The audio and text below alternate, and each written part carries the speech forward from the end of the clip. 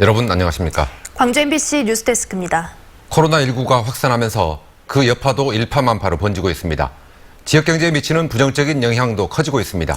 특히 여행이나 행사 취소가 잇따르면서 관련 업종에서는 피해가 눈덩이처럼 불어나고 있습니다. 먼저 이재원 기자입니다. 지난해 1,400여 건의 크고 작은 행사가 열렸던 광주 김대중 컨벤션 센터.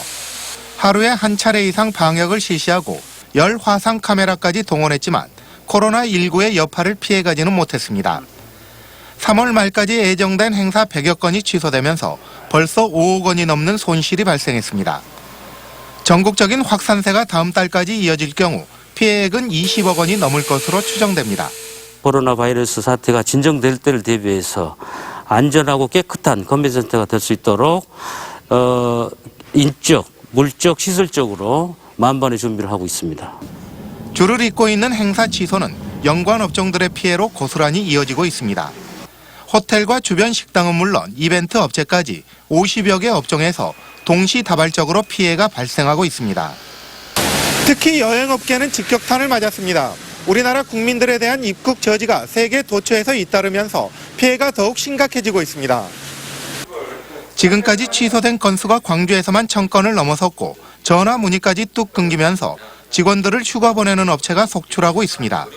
거의 개점 휴업입니다. 지금은 아예 제로입니다. 그러니까 특정 국가가 아니라 전체적으로 해외여행은 없어졌고. 이처럼 피해가 잇따르면서 소상공인들의 정책자금 지원 요청도 쏟아지고 있습니다. 지금까지 광주와 전남 지역에서 접수된 건수가 1,400여 건에 이르면서 피해 규모는 400억 원을 넘을 것으로 추정됩니다. 최대 업체당 7천만 원까지 신청이 가능하십니다. 그리고 전년 동기간 매출액이 10% 정도 감소됐다는 걸 입증하시면 코로나19의 확산세가 점처럼 꺾이지 않으면서 지역 경제도 크게 위축되고 있습니다. MBC 뉴스 이재원입니다.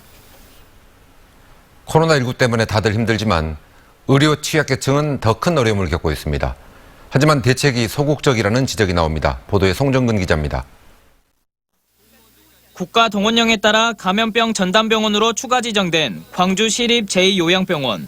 이곳의 환자들은 중증, 경증 상관없이 오는 28일까지 모두 다른 병원으로 옮겨가야 합니다. 그렇지 않아도 만만치 않았던 병원비 부담이 이번 코로나 사태로 더욱 커지게 됐습니다. 예를 들어서 나중에 차후에 어떤 뭐가 있을 거다고 저희들이 안내를 받았으면 상황이 이러니까 당연히 옮겨드릴 수밖에 없는 상황이잖아요.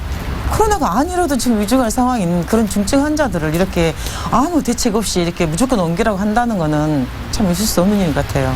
장애인 여행사를 운영하고 있는 지체장애 1급 신현호 씨도 걱정이 큽니다. 사업 타격은 물론 거동이 불편하다 보니 마스크나 손세정제를 사러 가는 것도 어렵기 때문입니다.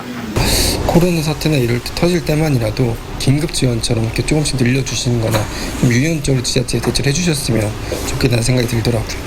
그렇지만 사회 취약계층에 대한 광주시의 코로나 예방 대책은 아직은 소극적인 평가가 지배적입니다. 현재까지 코로나 예방을 위해 취약계층에 보급된 마스크는 10,000장밖에 안 되고 중증 장애인들에게 필수인 활동 보조인들의 도움을 24시간 받으려면 코로나19 확진 판정을 받아야만 가능한 상황입니다. 감염병 전담병원 지정으로 피해를 보는 환자 등에게 보상 방침을 세웠다지만 세부 기준이 마련돼 있지 않아 보호자들은 막연함을 느끼고 있습니다. 국가 차원에서 지금 구체적으로 어쨌든 지원을 하겠다라는 그냥 그 총론은 있는데 강론은 아직 안 나왔어요. 광주에 등록돼 있는 장애인은 6만 9천여 명. 이 가운데 도움의 손길이 필요한 중증 장애인은 40%에 가까운 2만 7천여 명입니다. 안 그래도 감염병에 취약할 수밖에 없는 중증 장애인들이 코로나19 확산세 속에 애를 태우고 있습니다. MBC 뉴스 송정근입니다. 광주시가 신천지 교인들을 전수조사하기로 했습니다. 대상은 3만 명이 넘습니다. 전수조사는 무의미하다고 했던 어제와는 대응이 달라졌는데 정부가 교인 명단을 확보해서 제공하기로 했기 때문입니다. 보도에 남궁욱 기자입니다. 신천지가 교인 전체 명단을 정부에 제공하기로 하면서 광주시도 전수조사 체제에 돌입했습니다. 광주시는 광주 신천지 교인 3만 2천여 명의 명단을 넘겨받는 대로 코로나19 의심 환자를 걸러낸다는 방침입니다. 본청에 있는 직원이 한 1,300여 명 정도 됩니다. 그래서 그 숫자에 맞게 각 실국으로 이 명단을 배분해서 전체적으로 1차로 해서 걸러내고 하루 전 신천지 교인의 전수조사가 필요하지 않다는 입장과는 대조적입니다. 코로나19 확산 방지와 불안감 해소를 위해선 신천지 교인 파악이 중요합니다. 코로나19 추가 확진자 대부분이 신천지 교인이나 밀접 접촉자인데다 대구 대학병원 간호사나 보건소 직원도 확진 판정을 받고 나서야 신천지 교인임이 드러났기 때문입니다. 우리 시에 신천지 관련된 분들을 어떻게 구분한다, 이것은 사실은 좀 쉽지 않은 부분입니다. 증상이 있는 직원들은 하여튼 날짜에 구애 없이 광주시는 지금까지 신천지 측으로부터 넘겨받은 교인 명단은 모두 114명이고 이 가운데 접촉자 48명은 자가격리 중이며 일부는 연락이 안 되거나 교인임을 부정하는 경우도 있다고 밝혔습니다. 또 전체 접촉자 278명 가운데 의심 증상이 나타난 86명은 모두 음성이 나왔다고 말했습니다. 의심 환자는 어제까지 86건이고요. 지난 23일 이후 광주에서는 코로나19 추가 확진자는 나오고 있지 않은 가운데 신천지 교인 명단을 토대로 코로나19 확산 방지를 위한 선제적인 대응이 중요해졌습니다. MBC 뉴스 남고웅입니다. 코로나19 확진자가 참석한 국회 세미나에 광주와 전남 지역 기원들도 참석한 것으로 확인됐습니다. 광주시 교육청은 지난 19일 국회에서 열린 세미나에 광주의 사립학교 행정실 직원 1명이 참석한 사실을 확인하고 2주간 자가격리시켰습니다. 전라남도 교육청도 참석교사 60여 명을 자가격리시키고 이들이 속한 학교 21곳은 이틀간 폐쇄 조치했습니다. 코로나19 사태 속에 마스크 제조 공장은 밤낮 없이 돌아가고 있는데 일손이 다르다 보니 공장에 공무원들까지 투입했습니다. 양현승 기자가 취재했습니다.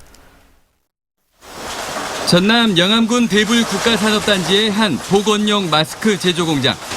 기계 설비를 거쳐 KF94급 마스크가 쉴 새 없이 생산됩니다. 평소 하루 20만 개씩 만들다 코로나19 사태 이후부터 10만 개를 증산해 30만 개를 만들고 있습니다. 지난달 말부터 마스크 생산이 주말 휴일 없이 계속되면서 작업자들의 피로도 누적되는 상태입니다. 당일 생산되는 것을 바로 포장해서 당일 저녁까지 출고를 하고 있습니다.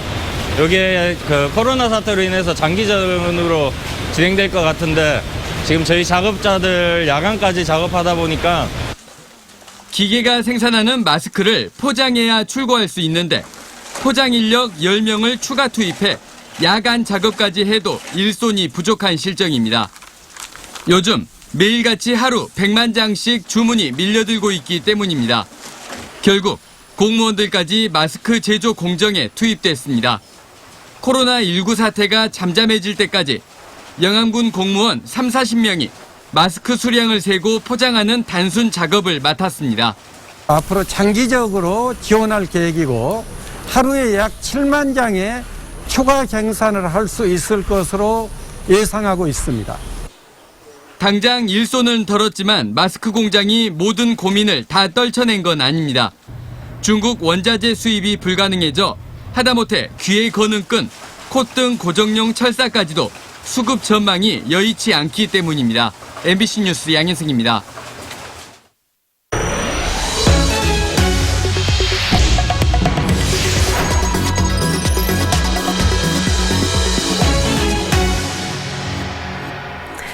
코로나19가 진정되지 않으면서 50일 앞으로 다가온 4.15 총선도 비상 상황을 맞게 됐습니다. 가뜩이나 갈 길 바쁜 후보들은 온라인을 통해서라도 선거운동에 나서고 있지만 표심 잡기에는 역부족이라고 호소하고 있습니다. 보도에 이계상 기자입니다. 코로나19 위기 경보가 최고 단계인 심각으로 격상됨에 따라 민주당 후보들의 발등에 불이 떨어졌습니다. 후보 공천을 위한 경선이 시작되는 상황에서 대면 접촉 등 대부분의 선거 운동이 전면 중단됐기 때문입니다. 그렇다고 손 놓고만 있을 수는 없는 일. 후보자들은 자신의 정책을 알리는 영상을 직접 제작해서 SNS 등으로 유권자에게 알리고 있습니다. 수안지구, 청담지구 모두 주차장 문제가 심각하다고 느끼고 대형 지하 주차장을 건설해야겠다라고 하는 이런 공약을 준비하고 있습니다. 유튜브를 활용한 선거운동은 별다른 제약이 없다 보니 후보들은 다양한 채널에 출연해서 정책 홍보와 인지도 높이기에 집중하고 있습니다. 보완해주고 이걸 좀 부양을 할 수 있도록 해주는 이게 핵심이지. 이거 코로나 바이러스 대응하는 이것만 가지고 추경을 접근하는 것 자체가 시각 자체가 잘못된 거예요. 비가 내리는 악천후 속에도 현수막을 목에 걸고 출퇴근길에 얼굴을 알렸던 후보자들. 코로나19가 진정 국면을 맞을 때까지 이조차도 불가능해지면서 정치 신인들은 갑자기 막막한 상황이 됐습니다. 저희가 개발한 정책이라든가 클린 선거 운동에 명분해서 최선을 다하고 있습니다. 코로나19 확산을 우려해 대규모 집회나 행사가 불가능해짐에 따라 바른미래당과 대한신당, 민주평화당 등 3개 정당은 어렵사리 민생당으로 합당했지만 전국적으로 이슈화할 수 있는 정치 일정을 아직까지 잡지 못하고 있습니다. MBC 뉴스 이계상입니다. 더불어민주당의 4.15 총선 후보 공천을 위한 경선 절차가 내일부터 시작합니다. 민주당 광주시당에 따르면 내일 광주 동남을과 북구갑, 북구을 등 3개 선거구 후보 경선을 시작으로 이번 주와 다음 주에 광주 전남 지역구별로 경선이 진행됩니다. 민주당 경선은 권리당원 투표 50%와 시민 여론조사 50%를 합산하는 방식으로 공천 후보가 결정됩니다. 광주 전남 18개 선거구 가운데 서구갑과 여수갑, 순천 등 3곳은 아직 경선 주자가 정해지지 않았고 담양, 한평, 영광, 장성은 이계호 의원이 단수 후보로 확정됐습니다. 4.15 총선을 앞두고 더불어민주당 경선 후보가 각축을 벌이는 광주 전남 10개 선거구에 대한 여론조사 결과가 내일 공개됩니다. 광주, 목포, 여수 MBC와 뉴시스, 무등일보와 전남일보가 공동으로 실시한 이번 여론조사는 광주 4개, 전남 6개 선거구를 대상으로 후보자 선호도와 정당 지지도 등을 묻는 방식으로 진행됐습니다. 이번 여론조사 결과는 내일 오후 7시 30분 이후 광주 MBC 홈페이지와 뉴스데스크 등을 통해 확인할 수 있습니다. 50대 사업가 살인사건을 주도한 혐의로 도피 중인 국제 PJ파 부두목 조규석이 경찰에 붙잡혔습니다. 경기 북부경찰청 광역수사대는 오늘 오전 충남 아산에서 원룸에 은신 중이던 조규석을 붙잡아 압송하고 있다고 밝혔습니다. 조규석은 지난해 5월 광주 상무지구의 한 노래방에서 56살 사업가를 마구 폭행하고 살해한 뒤 경기도 양주시청 공영주차장에 시신을 버리고 달아난 혐의로 지명수배를 받아왔습니다. 공범 2명은 곧바로 붙잡혀 재판에 넘겨졌고 징역 12년과 징역 5년을 각각 선고받았습니다. 어제 오후 7시쯤 고흥군 도양읍 봉양리의 한 단독주택에서 불이 나 1시간 만에 진화됐습니다. 이 불로 집안에 있던 78살 A씨가 연기를 마셔 병원으로 옮겨졌고 소방서 추산 3천여만 원의 재산 피해가 났습니다. 경찰과 소방당국은 오늘 오전 중으로 합동감식을 진행해 정확한 화재 원인을 조사할 계획입니다. 광주 시민단체가 구청장의 부적절한 인사행정을 방조했다며 광주 남구 인사위원회에 전원 사퇴를 촉구했습니다.